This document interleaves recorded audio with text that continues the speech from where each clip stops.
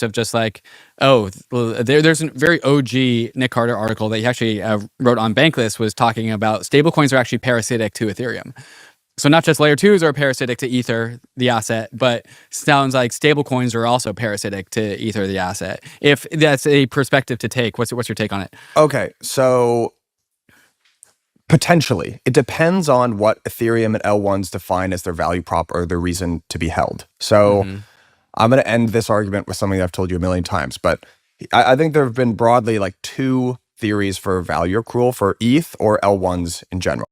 And one of those theories has been an idea of moneyness, or the desire to hold this as a collateral, and the other has been yield and generating fees. So on the moneyness side of things, right, this is what Bitcoiners like to talk about. It's divisible, it's portable, it's fungible, it has all these properties that's better than gold, it's the best meme coin ever. Right. This is why people ultimately want to hold it. And it looks like Bitcoin has been successful, frankly, and they've sort of won that battle. But I think that this idea of moneyness and pristine collateral, we have ported over from Bitcoin, and it looked like there was initial product market fit, at least on the Ethereum side of things within DeFi, right? Like you had, big like LP pools, right? Like ETH was kind of one of the assets in the big pools. People wanted to get leverage against their Ethereum in the early days of Maker and Aave.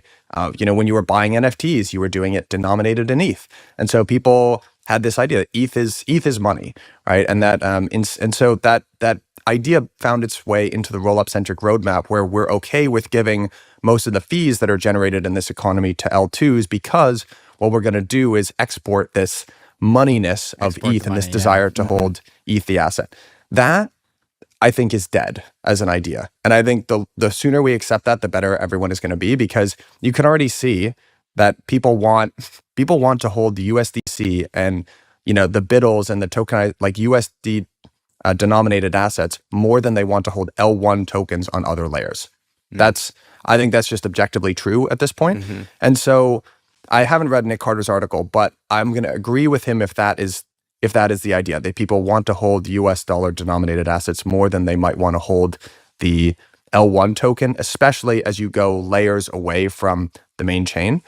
But the value proposition that I think would be good, right? Like if you listen to the way that Robbie Mitchell, so he's the head of digital assets at BlackRock, speaking at DAS, the way that he described Ethereum was, it is a technology bet on all of these different assets being issued on one chain. But what you need to see there is yield, right? So all of these different activities that are like stable coins and treasuries and all of these different activities that are happening on either ETH main chain or L2s, they should be fee generative. And if Ethereum can find a way to take a slice of all of the different, transfers and trading activities and whatever, suddenly that's a super attractive value proposition, right?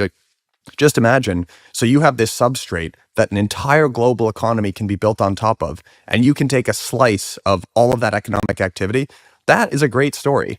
What is not a great story is I am competing with the dollar that people want to hold, and every single time some lending protocol replaces the dominant asset or the reserve asset as ETH into the dollars, and we're like, oh no, this is so bad for my value accrual. That's going to be a bad story. But if you can find a way to capture a slice of yield there, I think that'll be very positive, actually. And then I think you can bet on stablecoin adoption and RWA issuance through something like ETH.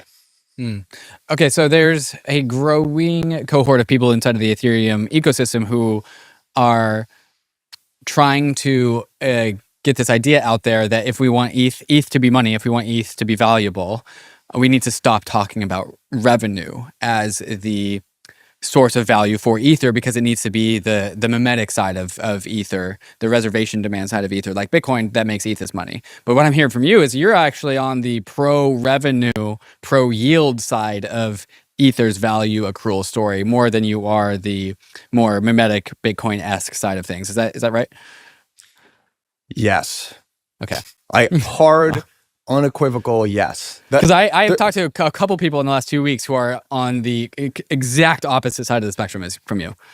That's great. I mean, I have no idea, right? This could play out completely differently from what I think, but I think there's been one of the challenges with Bitcoin in the long term is that even today, people have a huge amount of trouble You probably had this experience describing Bitcoin to normies or something like DeFi or ETH to normies. Like, I don't know. I go back to early conversations that I had with my dad who, had a lot of trouble getting around this idea of Bitcoin, not because of the technology side, but because it's a pet rock and it doesn't derive any cash flows. And there's just a huge amount of people that will never wrap their heads around that. And it's the greater fool theory. It's all of this stuff. But anything that generates yield and feels like a productive asset, it has a much, much larger TAM, in my opinion. And what I always point, I know people love to point to gold.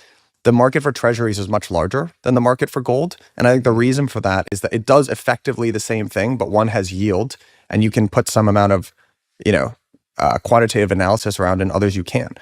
And so I think that I would love to stop using magical language when it comes to crypto and just replace that with Occam's razor. Like, why am I going to hold this L1?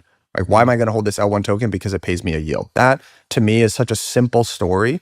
I think this is what I kind of meant at the top of this episode, where the last 15 years have been these cool stories and big ideas. And I think, we got to get serious here. And I think the other reason we're at an inflection point is because all L1s priced in Bitcoin have not done particularly well. If this last cycle was a cycle, what happened is that we're making all-time lows here. We're going all the way back to, 2020 levels of ETH BTC. And it looks like Sol BTC is about to run that back too. If you are an L1, everyone has to answer the existential question, why is someone going to hold this instead of Bitcoin? You're not going to out-mimetic value Bitcoin. That's already won that. But you can compete on a totally different vector on something that Bitcoin can never compete on, which is being a productive asset and having yield.